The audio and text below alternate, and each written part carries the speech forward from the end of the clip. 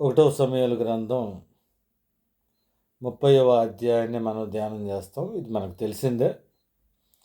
ఎందుకు ఈ వాక్యం దగ్గరకు వచ్చామంటే, నిన్న ఒక సిరీస్ మనం ప్రారంభించాం.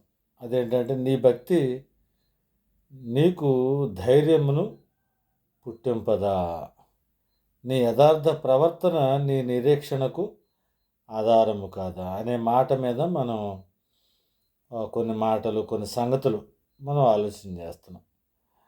నిన్నటి రోజున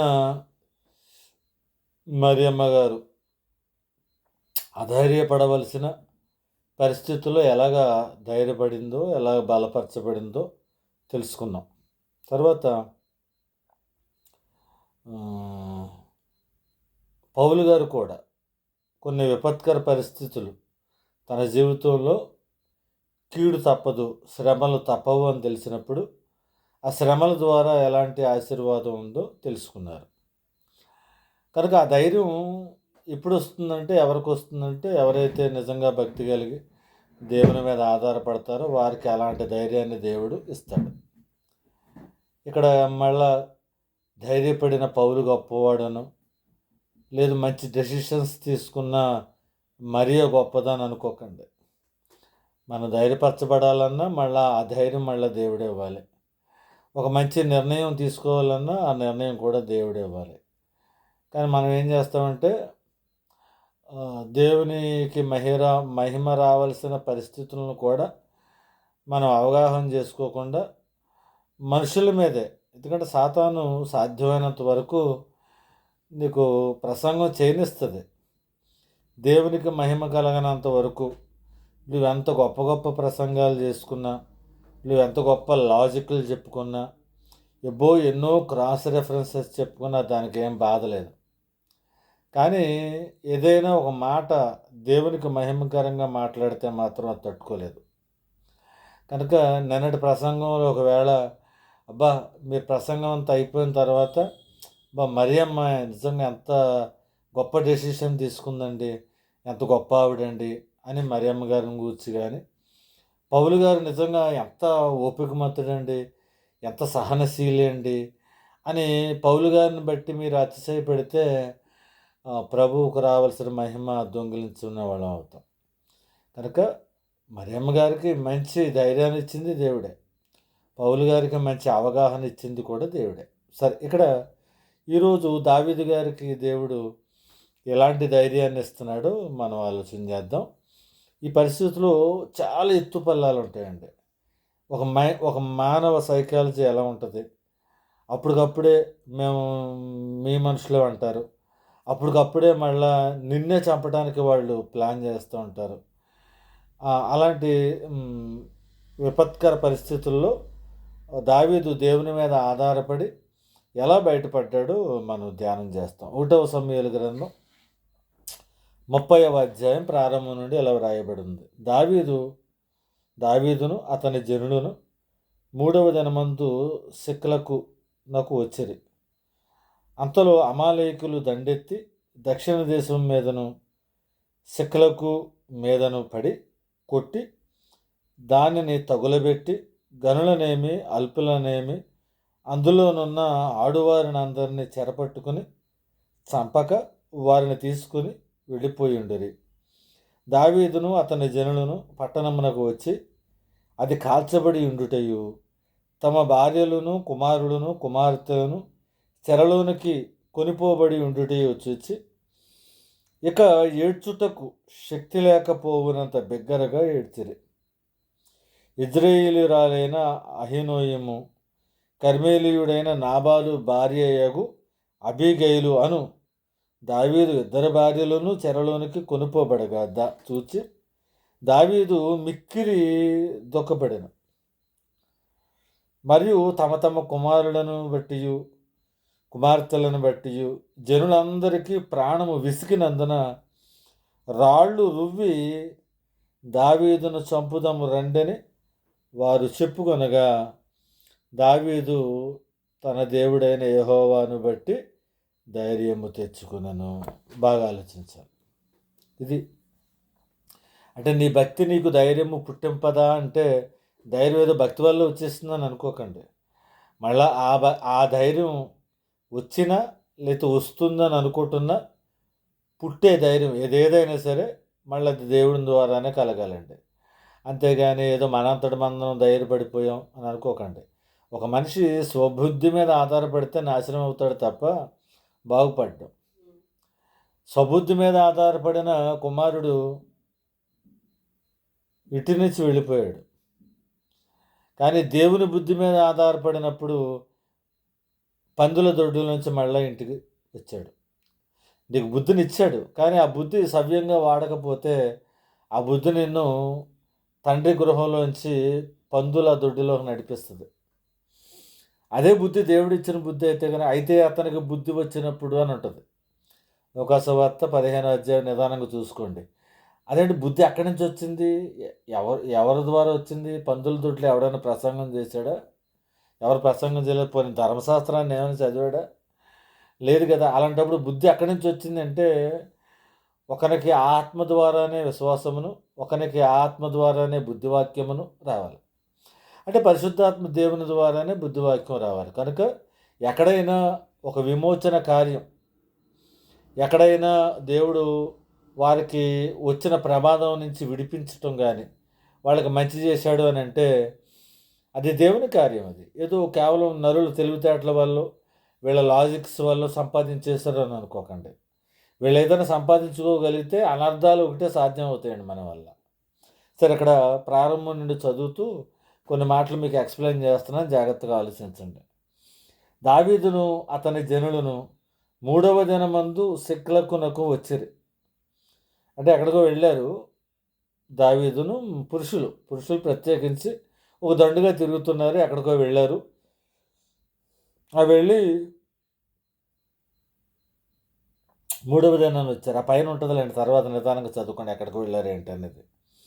అంతలో వీళ్ళు వెళ్ళి సిక్లగు అనే ప్రాంతానికి వచ్చేటప్పటికి ఆ అమాలేకులు దండెత్తి దక్షిణ దేశం మీదను సిక్లకు మీదను పడి కొట్టి దానిని తగులబెట్టి గనులనేమి అల్పులనేమి అందులో ఉన్న ఆడువారిని అందరినీ చెరపట్టుకుని చంపక వారిని తీసుకుని వెళ్ళిపోయి ఉండిరి. అంటే దాడి జరిగింది. అంటే పురుషులు ఆయా పనుల మీద బయట మరి ప్రయత్నాల్లో ఉంటూ ఉండగా స్త్రీలు పిల్లలు మరి ఇంటి దగ్గర ఉంటారు కదండి, వారి మీద అంటే శత్రువు పురుషులు లేనప్పుడు గమనించి అంటే దావీదు అతని జనులు లేనప్పుడు అటాక్ చేశాడనమాట. అంతే కదండి, శత్రువు ఎప్పుడైతే మనకి వీలు దొరుకుతుందో ఆ టైంలోనే కదా అటాక్ చేస్తాడు. దావీదు స్పాట్లో ఉండగా వచ్చి గెలిచి వెళ్ళగలిగినంత కెపాసిటీ అయితే వాళ్ళకేమీ లేదు. కనుక పురుషులు లేనప్పుడు వచ్చారట. అదే సాతాను పన్నాగం అలాగే ఉంటుందండి. పురుషులు లేనప్పుడే అవ్వమ్మ దగ్గరకు వచ్చి మాట్లాడేటప్పుడు పురుషుడు ఉన్నాడు అక్కడ స్పాట్లో లేడు. సరే, కనుక అంటే ఒక వ్యక్తి లేడీస్ పని ముఖ్యంగా పురుషులు లేనప్పుడు జాగ్రత్తగా ఉండాలన్నమాట. అంటే అటు శారీరక శ్రమలకి గురయ్యే అవకాశాలు ఉన్నాయి, అలాగే శోధనలకి మానసిక శోధనలకు కూడా గురయ్యే ఒత్తిళ్ళు ఒంటరిగా ఉన్నప్పుడే ఎక్కువ కలుగుతాయి. కనుక ఒక వ్యక్తి మరి ముఖ్యంగా స్త్రీలు అంటే వేరు బలహీనులు అని నేను అనటం లేదు, కానీ తొందరగా శ్రమ పట్టబట్టడానికి శోధింపబట్టడానికి అవకాశాలు ఉన్నాయి కనుక జాగ్రత్తగా ఉండాలి.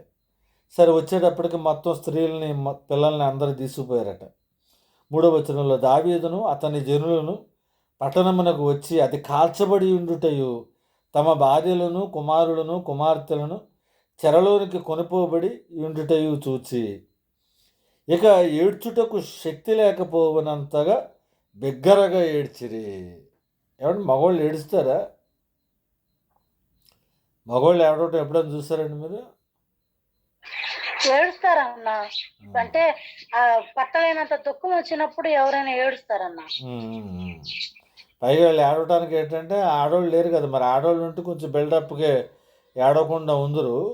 ఇప్పుడు వాళ్ళ గురించి ఇంకా బాధ ఎక్కువైపోయింది. కనుక పురుషుడు తన ప్రేమని లేడీస్ ముందు ఎక్స్‌ప్రెస్ చేయడు అనుకుంటున్నాను నేను కొన్ని సందర్భాల్లో. మీ ఆడవారు ఏం చేస్తారంటే ఎక్స్‌ప్రెస్ చెయ్యి, ఎక్స్‌ప్రెస్ చేయాలి కదా! ఎక్స్‌ప్రెస్ చేయాలి కదా! అనుకుంటారు మీరు. అది పురుషుడి బలహీనత. వేషగారి వేషగాడైతే అబ్బో! మీరు ఎక్స్‌ప్రెస్ చేయమని అనక్కర్లేకుండానే ఒకటే 4 సార్లు చెప్తాడు. ఐ లవ్ యూ అనో, ఇంకోటనో. కానీ పురుషుల సహజ గుణం ఏంటంటే ప్రేమని భార్య ముందు గాని, పిల్లల ముందు గాని కనపరుచుకోడు. అలా కనపరుచుకోని కారణాన ఒక్కోసారి తండ్రి ఇంట్లో విలన్‌లా కనపడతాడు. అమ్మ మీ నాన్న ఇంకేమన్నా ఉందా? మీ నాన్న అలాగా ఇలాగని తల్లులే అవసరమైతే నూరి పోస్తారు. ఆలోచించుకోండి. పురుషుడు భార్యల ముందు గాని, బిడ్డల ముందు గాని ఆయనకున్న ఎక్స్‌ప్రెషన్స్ అన్నీ ఎక్స్‌ప్రెస్ చేయలేడు. ఏదో ఎప్పుడైనా ప్రేమను వ్యక్తపరిచినా కొద్దిగానే ఎక్స్‌ప్రెస్ చేయగలడు. అది బిడ్డల మీద ప్రేమ అవనివ్వండి, భార్య మీద ప్రేమ అవనివ్వండి. ఆయన ఎక్స్‌ప్రెస్ చేయట్లేదు కదా అని లేదని అనుకోకండి. ఇప్పుడు నిజంగా లేడీసు ఉన్నారనుకోండి ఇక్కడ, ఎప్పుడైనా ఆడోళ్ళ ముందు అంత ఏడుపు ఎప్పుడన్నా ఏడవటానికి శక్తి లేనంత ఏడుపు ఎవడన్నా మగోడు అన్నవాడు ఏడుస్తాడా? ఇప్పుడు వాళ్ళు లేరు. మొదటి కారణం వాళ్ళ గురించే బాధపడుతున్నారు గనక. కనుక భర్తలకి ఉన్న ప్రేమ, భార్యల మీద ఉన్న ప్రేమ ఉత్తుత్తుత్తప్పుడు కనపడదు. మీరేమో ఉత్తుత్తుత్తప్పుడు ఎక్స్‌ప్రెస్ చేస్తారు మీరు. ఎక్స్‌పెక్ట్ చేస్తారు. అప్పుడు కనపడలేదు కాబట్టి, నా భర్తకి నా మీద ఏమి లేదు, అది లేదు, ఇది లేదు అనుకుంటారు. కానీ ఆ భార్య అనారోగ్య పరిస్థితిలో ఉన్నప్పుడు గానీ, ఏదైనా కష్టమైన పరిస్థితిలో ఉన్నప్పుడు గానీ, అప్పుడు కూడా భార్య ఎదురు కూడా బాధపడ్డు. భార్య ఎదురుగా ధైర్యంగానే ఉంటే, పర్లేదు ధైర్యంగా ఉండు" అన్నట్టుగానే మాట్లాడతాడు. కానీ ఆ భార్య వెనక ఎంత దుఃఖపడతాడనేది అది ఎక్స్‌పీరియన్స్ చేసినోళ్ళకే తెలుస్తదండి. అది చెప్పుకుంటే తెలిసేదేం కాదు. కనుక పురుషుల యొక్క ప్రేమని తొందరగా మీరు అపార్థం చేసుకోవద్దని ఆహ్, ప్రేమపూర్వకంగా మనవి చేస్తున్నా. ఇక్కడ చూడండి. దావీదు అతని జనులను పట్టణమునకు వచ్చి అది కాల్చబడి ఉండుటయు, తమ భార్యలను, కుమార్తెలను చెరలోనికి కొనిపోబడి ఉండుట చూచి, ఇక ఏడ్చుటకు శక్తి లేకపోవునంత బిగ్గరగా ఏడ్చిరి. ఏవండీ? అంత ఏడుపు ఏడ్చారట. ఇప్పుడు ఇంకొక సమస్య దావీదుకి. రెండోదేంటంటే, యెజ్రెయేలీయుడైన అహీనోయము, తర్వాత యెజ్రెయీరాలైన అహీనోయము ఒక భార్య పేరు. కర్మెలీయుడైన నాబాలు భార్య అయిన అబీగయలు ఇంకో భార్య పేరు ఈవిడ. ఇద్దరు భార్యలు. దావీదు ఇద్దరి భార్యలను చెరలోనికి కొనిపోబడగా చూచి, దావీదు మిక్కిలి దుఃఖపడెను.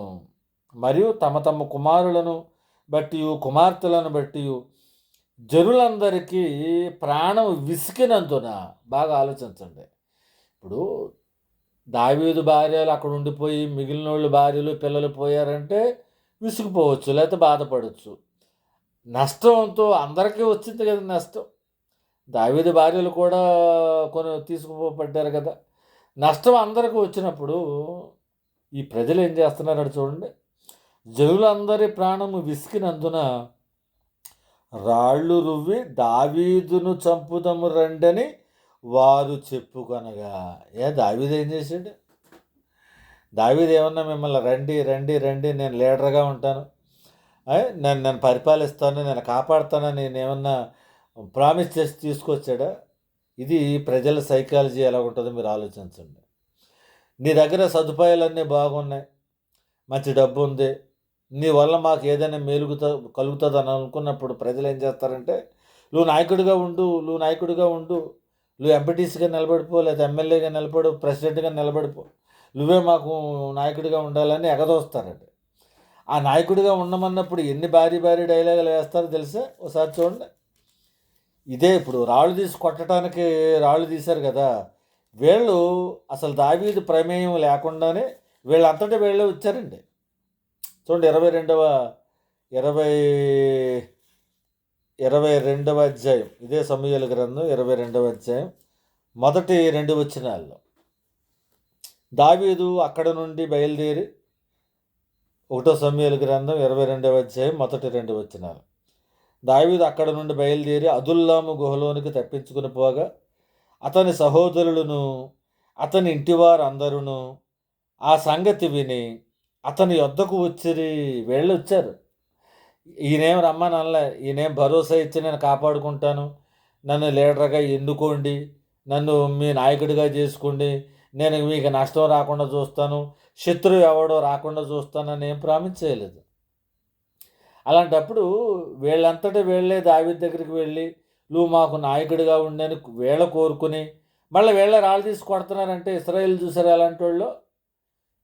మళ్ళీ మీరు ప్రార్థనలు చేస్తూ ఉంటారు ఇస్రాయేలీల కోసం, ఇస్రాయేల్ కోసం, యెరూషలేము కోసం ప్రార్థన, ఇస్రాయేల్ కోసం ప్రార్థన. అదేదో పెద్ద భూమి మళ్ళీ మీకు హోలీ ల్యాండ్ వేసారా? హోలీ ల్యాండ్ టూర్ ఏమైనా వేస్తారా? మళ్ళీ 2-3 లక్షలు ఖర్చు పెట్టుకుని. హోలీ ల్యాండ్ ఏం కాదండి అది. అంత అక్కడ ఉన్న దుర్మార్గులు ప్రపంచాలు ఎక్కడ ఉండరు చూడండి. వాళ్ళు ఎంత దుర్మార్గులు, తమ నాయకుడినే చంపడానికి సిద్ధపడుతున్నారు నష్టం వచ్చినప్పుడు. కలిసి వచ్చినప్పుడు బాగు బాగు బాగు యేసుప్రభు పాదాలు, యేసుప్రభు ప్రాభాలు అంతే. ఎవరో మరియమ్మ గారు బ్రదర్ చచ్చిపోయేటడికి యేసుబాబు లేదు, ఏ బాబు లేదు, యేసుబాబు దగ్గరికి అసలు వెళ్ళని కూర్చొని చూసారా సైకాలజీ ఎలాగుందో. ఇక్కడ అంటున్నారు అతని సహోదరులను అతని తండ్రి ఇంటి వారందరూ ఆ సంగతి విని అతని యొద్దకు వచ్చారు. మరియు అంటే రిలేటివ్స్ వచ్చారు. తర్వాత ఇబ్బంది గల వారందరూ, అప్పులు చేసుకునే వారందరూ, అసమాధానముగా ఉండు వారందరూ అతని యొద్ద కూడుకొనగా అతడు వారికి అధిపతి ఆయను. చేసుకున్నారు. అంతేగాని నేను కాపాడుతానని ఎవరికి ఎప్పుడు ప్రామిస్ చేసి నాకు ఓట్లు వేయండి లేకపోతే నన్ను నిలబెట్టుకోండి అని ఎప్పుడు ఎవరిని అడగలే. వీళ్ళు వచ్చారట. ఎవరెవరు వచ్చారు మళ్ళీ? ఇబ్బంది గలవారును. అంటే ఇబ్బంది గలవారు ఒకరిని నాయకుడిగా ఎంచుకుంటున్నారంటే వీళ్ళు ఏం ప్లాన్ చేసి ఉంటారు? అతని వల్ల మనకి ఇబ్బందులు పోతాయి అని అనుకుని వచ్చారు. తర్వాత అప్పులు చేసుకున్న వారందరూ, అంటే ఇప్పుడు దావీదుని మనం ఆశ్రయిస్తే అప్పులు తీరిపోతాయి. అంటే ఎక్కడైనా ఒక దేశాన్ని కొలగొట్టినప్పుడు అక్కడ దావీదు బాగా కొలగొడతాడు. అప్పుడు కొలగొట్టిన సొమ్ము మనల్ని పంచిపెడతాడు, మన అప్పులన్నీ తీర్చేసుకోవచ్చు. లేదా మనం ఎక్కడికి కొల్లగొట్టకపోయినా దావీదు దగ్గర మనం ఉన్నంతసేపు మన అప్పుదారుడు ఎవడో కూడా మన మీదకి వచ్చి అటాక్ చేయడు. అర్థమైందా? అయితే అప్పు ఇచ్చినోడు దగ్గర నుంచి అయినా మనకు రక్షణ ఉంటుంది. లేదా ఎక్కడికైనా దోచుకోవడానికి వెళితే కనుక కొల్ల సొమ్ము దోచుకుని అప్పుడు ఇచ్చేయచ్చు. ఏదైనా మొత్తానికి అలాగైనా మనకు లాభమే, ఎలాగైనా లాభమే అని అప్పులోళ్ళు కూడా వచ్చారట. అప్పులు చేసుకున్న వారందరూ, అసమాధానముగా ఉన్న వారందరూ, అంటే ఫ్యామిలీ ప్రాబ్లమ్స్ లేకపోతే ఆర్థిక ఇబ్బందులు, మొత్తానికి ఏయోటి మొత్తానికి వాళ్ళ కుటుంబాల్లో శాంతి సమాధానాలు లేని వారు కూడా వచ్చారట. నేనేమైనా శాంతినిస్తాను, మీ అప్పులు తీరుస్తాను అని అన్నాడా దావీదు? లేదు కదండి. ఇప్పుడు ఆయన అంటాడు ఎవరు చెప్పారు మీ అప్పులు తీరవని, ఎవరు చెప్పారు మీకు ఉద్యోగం రాదని. పోనీ అప్పులు తీరతాయని ఎవరైనా చెప్పారా? ప్రభు ఏమన్నా మీ అప్పులన్నీ తీర్చేస్తాను చేసుకోండి ఎంజాయ్ చేయండి అన్నాడా? అప్పులు చేసేటప్పుడు ఏమైనా ప్రార్థన చేసి ప్రభువా ఇదిగో అప్పు చేస్తున్నాను, మరి తీరుస్తావా తీర్చవా? తీస్తానని చెప్తేనే అప్పు చేస్తానని ఎవడన్నా అప్పు చేశాడా? అప్పు చేసేటప్పుడు ఎవడన్నా ప్రార్థన చేసుకుని దేవునికి అప్పు చేస్తాడా? అప్పుల పాలు అయిపోయిన తర్వాత అన్నీ తాకట్లు మొత్తం వేలంపాట వేసేసే ముందు ప్రభువా ఈ అప్పుల బాధ నుంచి తప్పించినాయని ప్రార్థన చేస్తావా? నెత్తి మీద ముట్టెద్దుడు ఆయన మనకలట్టుడైతే నన్ను అడిగి చేసేవాడు అప్పులు అని అడగాలి. ఇంకా కనుక దావీదు దగ్గర కూడా అలాగే వచ్చేసారట. ఎవడైనా అప్పులు ఉన్నవాడు రండి నేను తీర్చున్నాను ఆయన అనలేదుగా. ఇబ్బందులు ఉన్నవాళ్ళు రండి నేను తీర్చేస్తాను అనలేదుగా. ఎల్లోడు నువ్వు ఇష్టపడి ఎల్లోళ్ళు ఏళ్ళవు. కష్టం వచ్చిందని చంపేస్తావా? దావీదుని చంపేస్తావా? నీకు అంత మగతనం ఉంటే వెళ్ళి ఆ శత్రువుల మీద దెబ్బలాడవచ్చు కదా. వాళ్ళ అమాలయకుల మీదకి వెళ్ళి దెబ్బలాడి అంత దమ్ము లేదు వీళ్ళకి. దావీదుని కొట్టడానికి అయితే మాత్రం రాళ్ళు ఉచ్చుకుని వచ్చేస్తారట. ఇదండి ప్రజల సైకాలజీ. జాగ్రత్త. ప్రజలను చూసి మురిసిపోతున్నారేమో, ఒక సంఘాన్ని చూసి మురిసిపోతున్నారేమో చూసుకోండి. వీళ్ళందరూ నా బిడ్డలే. పొద్దున్న లేచి డాడీ డాడీ అని పిలుస్తారు కొంతమంది సంఘ బిడ్డలు. అన్నయ్య గారండి అన్నయ్య గారండి అన్నయ్య గారండి అంటారు కొంతమంది. ఏదోటి మొత్తానికి నిన్ను ఏమని పిలుచుకున్నారు. జాగ్రత్త. ఇన్ని రకాలైన ప్రేమ పలుకులన్నీ పలికేస్తున్నారని నిన్నేదో ఉద్ధరించి రేపు ఉద్ధరేదో చేస్తారని అనుకోవద్దు. ఈవేళ అన్నయ్య గారండి డాడీ గారండి అని అన్నవాళ్ళే రేపు పొద్దుడే నేను రాళ్ళు తీసి కొట్టడానికి కూడా సిద్ధం వెళ్ళాం. కనుక సంఘాన్ని చూసి వీళ్ళందరూ నా బిడ్డలే, వీళ్ళందరూ నన్ను ఉద్ధరిస్తారని ఎవడో ఏమనుకోకండి. ఉంటారు అక్కడక్కడ నిజంగా ప్రేమ కలిగిన పిల్లలు ఉంటారు. బొత్తిగా ప్రేమ లేని వాళ్ళు ఉండరు అని అంటలే, వాళ్ళని వేళ్ళ మీద లెక్క పెట్టవచ్చు అనమాట. జాగ్రత్త. చంపడానికి రాళ్ళు తీసేవాళ్ళే రేపొద్దుట ఎక్కువ మంది ఉండొచ్చు. జాగ్రత్త. వారందరూ అసమాధానముగా నుండి వారందరూ అతని యొద్ద కూడుకొనగా అతడు వారికి అధిపతి అయిన అతని యొద్దకు ఎక్కువ తక్కువ 400 మంది వచ్చి ఉండిరి. దాదాపు 400 మంది వచ్చారట. ఇప్పుడు వాళ్ళందరూ ఏం చేస్తున్నారటండి, నిన్ను నమ్ముకున్నందుకే ఈవేళ మా భార్యలు లేకుండా పోయారు, నిన్ను నమ్ముకున్నందుకే ఈవేళ మా పిల్లలు మాకు కాకుండా పోయారు, అసలు నీ వల్లే, నిన్ను చంపేస్తే మాకు దయ్యం ఆ సమస్య తీరిపోద్దని రాళ్ళు రువ్వటం అటండి. అంటే ఇశ్రాయేలీయులకి ఎదటి వాడిని చంపడానికి చాలా స్పీడ్గా వస్తుంది చెయ్యి. అర్థమైందా? అలాంటి సందర్భంలో దేవుని కాపుదల నీ మీద లేకపోతే స్పాట్లో చంపేస్తారు నేను. ఇలాగా ఎవరు మన మోషే గారి మీద కూడా ఎత్తారు, తెలిసే మీకు సంగతి. చూస్తారు ఒకసారి, నిర్మాకాండం 17వ అధ్యాయం 4వ వచనం ఒకసారి చదవండి. నిర్గమాకాండం 17వ అధ్యాయం 4వ వచనం. 17:4. అప్పుడు మోషే యెహోవాకు మొరపెట్టుచు ఈ ప్రజలను నేనేమి చేయుదును, కొంతసేపటికి నేను రాళ్లతో కొట్టి చంపుదురనెను. చూసారండి, రాళ్లతో నాయకుడిని చంపేస్తావా? అసలు నాయకుడు ఉంటేనే నీకు సరిగ్గా ఒక విధానంలో నువ్వు నడవలేకపోతున్నావు. నిజంగా మోషేలాంటి నాయకుడిని చంపేస్తే అసలు మోషేని చంపేసి వీళ్ళ బ్రతికి పట్టగడదామనేనా? మోషే మీద మాట పడినందుకే కుష్ఠరోగం వచ్చింది. ఎవరికి? మిరియాము. మోషే మీద మాట పడినందుకే ఓన్ సిస్టర్కి కుష్ఠరోగం తెప్పిస్తే దేవుడు మోషే మీద దెబ్బ పడితే ఒక్క దెబ్బకు తుడిచేస్తాడండి. నిజంగా దేవుడు మోషేని ఎంత ప్రేమిస్తున్నాడో చూపించేద్దాడు. మళ్ళా ఈయనే అడ్డపడిపోతాడు. వద్దు నాయనా, నువ్వు వీళ్ళు క్షమించకపోతే ఎలానైనా, నువ్వు చంపేస్తే ఎలానైనా, అలానైనా ఎలానైనా, నువ్వు వాళ్ళని ఏమనవద్దు నాయనా, మళ్ళీ ఈయనే కాళ్ళు నిన్ను చంపేసే వాళ్ళ కోసం నువ్వు ప్రార్థన చేస్తున్నావా?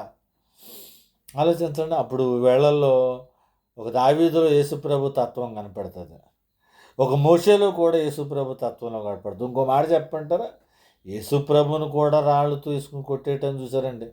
ఏంటి, రొట్టెలు పంచి పెడితే తినేసేవాడు, నువ్వు చేపలు పంచి పెడితే తినేసి నీ ప్రజలు. చూడండి, యోహాను సువార్త 8వ అధ్యాయం 59.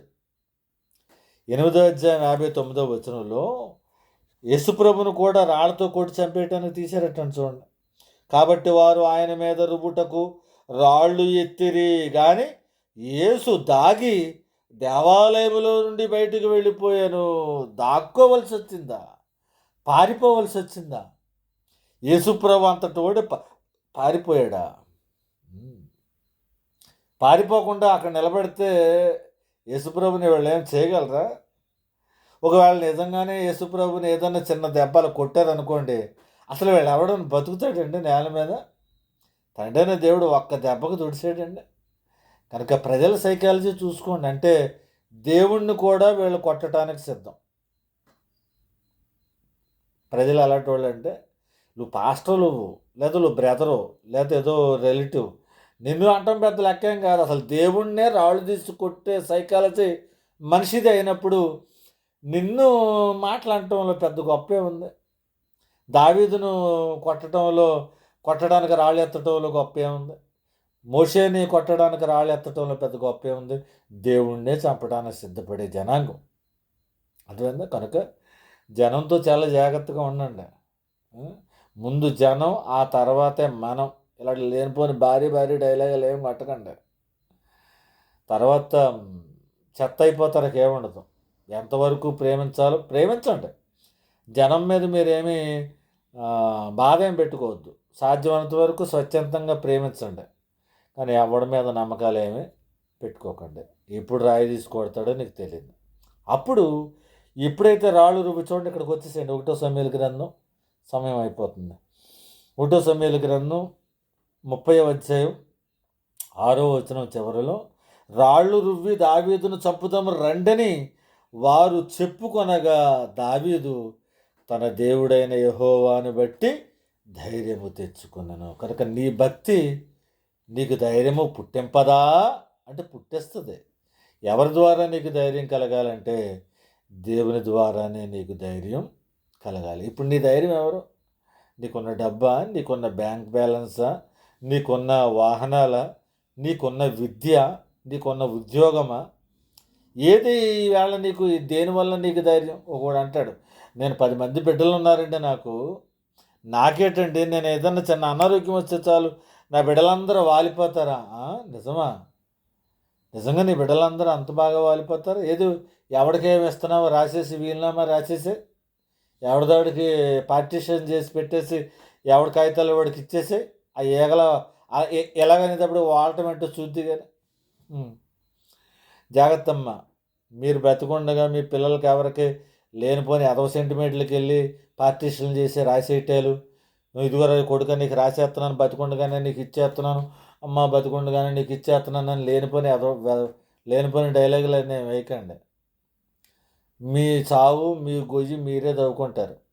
చచ్చిపోయాక ఎలాగ తీసుకుంటారు వాళ్ళు. కనుక బ్రతికుండగా మీ అంతటి మీరు భారీ డైలాగులు చెప్పి మీరు ఏ లాయనని అడగండి. పాస్టర్ గారు నన్నే కదా, నేను చెప్పే మాట కాదు, ఏ లాయనైనా అడగండి. ఎట్టి పరిస్థితి అట్ ఎనీ కాస్ట్ నీ పిల్లోడు దేవుడు లాంటి వాడైనా రాయొద్దంటాడు, రాయకూడదు కూడా. కనుక జాగ్రత్త. కనుక దేవుని మీద ఆధారపడి ధైర్యం తెచ్చుకున్నాడట. పిమ్మటి దావీదు ఎఫోదు తెమ్మని యాజకుడకు అహీమెలెకు కుమారుడైన అబ్యాతారుతో చెప్పగా అబ్యాతారు ఎఫోదును దావీదునొద్దకు తీసుకుని వచ్చాను. ఎఫోదు అంటే యాజకులు వేసుకునే వస్త్రం. అంటే ఎఫోదు ఎందుకు అంటే దేవుని సన్నిధిలో దేవుని యొక్క సలహా, దేవుని యొక్క ఉద్దేశాన్ని కనుక్కోవాలనుకుంటాడంటే దావీదు స్వబుద్ధి మీద ఆధారపడలేదు. ఏముంది, సింహాన్ని కొట్టాను కదా, ఎలుగుబండిని కొట్టాను కదా, గొల్లియాతును కొట్టాను కదా, వాళ్ళని కొట్టలేనా, నడవండ్రా అనేమనుకోలేదు. దావీదులో నాకు గొప్పదనం ఏంటంటే తనకు తాను పర్సనల్గా ఎంత బలవాడు అయినప్పటికీ కూడా ప్రతి చిన్న విషయానికి దేవుని మీద ఆధారపడేవాడు. ఒకవేళ అలా కాకుండా దేవుని మీద ఆధారపడకుండా సొంత ప్రయత్నాలు చేస్తే కనుక ఆ వచ్చే విజయం నీకు సంతోషానికంటే కూడా ఎక్కువ దుఃఖాన్ని మిగులుస్తుంది. అర్థమైందా? దేవుని మీద ఆధారపడకుండా నువ్వు ఏదైనా ఒక విజయం పొందుకున్నానని అనుకున్నా ఆ విజయం అశాశ్వతం, ఎక్కువ కాలం ఉండదు. రెండవది, పొందుకున్న ఆ విజయం వల్ల ఫ్యూచర్లో నీకు ఏదో బాధ విచారం కలిగే అవకాశం ఉండదు. కనుక ముందుగా నీ శక్తి మీద కాకుండా దేవుని మీద ఆధారపడి దేవుని ద్వారా ఒక విజయాన్ని సంపాదించుకోవడానికి ప్రయత్నం చేయండి. అప్పుడు అడుగుతున్నాడట, నేను ఈ దండును తరిమిన ఎడల దాన్ని కలుసుకుందునా అని యెహోవా యొద్ద విచారణ చేయగా యెహోవా, తరుము, నిత్యముగా నీవు వారిని కలుసుకొని తప్పక నీ వారిని అందరినీ దక్కించుకుందువని సెలవిచ్చను. కాబట్టి దావీదు అతని యొద్దనున్న 600 మందియును బయలుదేరి బెసోరు వాగు గట్టుకు రాగా వారిలో 200 మంది వెనుక దిగ విడువబడిరి. అంటే మళ్ళీ 400 మిగిలారు. 22వ అధ్యాయంలో 400 స్టార్ట్ అయ్యారు సరే, అంతే జనంగా ఉన్నమాట. యాక్చువల్గా 600 అయ్యారు, తర్వాత ఒక 400 మాత్రమే మిగిలారట. మిగిలిన వాళ్ళు డ్రాప్ అవుట్ అయ్యారు, అంటే ఉండిపోయారు అక్కడ. ఇప్పుడు ఆ 400 మందితో యుద్ధం ఎలా సాగించాడు దేవుడు. కష్ట సమయాల్లో కూడా ఇక్కడ హ్యుమానిటీ, ఒక మనిషి యొక్క మానవత్వం కానీ ఎతటి వారికి సహాయం చేసే గుణం. ఏమంటే ఎవడైనా భార్యను బాగొట్టుకుని ఆ భార్యను కిడ్నాప్ చేసిన వాళ్ళకి యుద్ధానికి వెళ్ళి వాళ్ళ మీదకి ఫైటింగ్కి వెళుతూ మధ్యలో ఎవడైనా సమస్యలు పడిపోతే వాడికి సహాయం చేయాలని అనుకుంటాడు. అక్కడ అలాంటి సందర్భం ఒకటి ఎదురైంది. అక్కడ ఆ దావీదు చూపించిన ఆ మంచి హ్యుమానిటీ వల్లే ఇతడు ఒక యుద్ధంలో జయాన్ని పొందాడు. మిగిలిన సంగతులు రేపొద్దున మాట్లాడుకుందాం. ఈ వేళకి తెలిసిన సంగతులు ఏంటంటే, ప్రజలను ఏమన్నా నమ్మకండి, వాళ్ళు ఈవేళ జేజేలు కొడతారు. మట్లాది వారు జేజేలు కొట్టిన వాళ్ళే శుక్రవారం సిలువేసేసారు. నీకు మాకు నాయకుడిగా ఉండు, మాకు నాయకుడిగా ఉండు అని చెప్పిన ప్రజలే దావీదుని చంపడానికి రాళ్ళు ఎత్తారు. యేసుప్రభు చేసిన రొట్టెలన్నీ తిన్నారు, యేసుప్రభు చేసిన చేపలు తిన్నారు. కానీ యేసుప్రభుని రాళ్ళతో కొట్టి చంపాలనుకున్నారు. కనుక చాలా జాగ్రత్త. ప్రజలందరూ నీ పక్షాన ఉన్నారు కదా అని వీళ్ళందరూ నా వాళ్ళు అని అనుకోకండి. దేవుడు ఒక్కడే నమ్మదగినవాడు. వీళ్ళందరినీ ప్రేమించండి అంతే. జాగ్రత్తగా ఉండండి. ఎలాంటి కష్టం వచ్చినా దేవుని మీద ఆధారపడండి. మిగిలిన సంగతులు రేపు మాట్లాడుకుందాం. దేవుడు మిమ్మల్ని దీవించును గాక. ఆమేన్.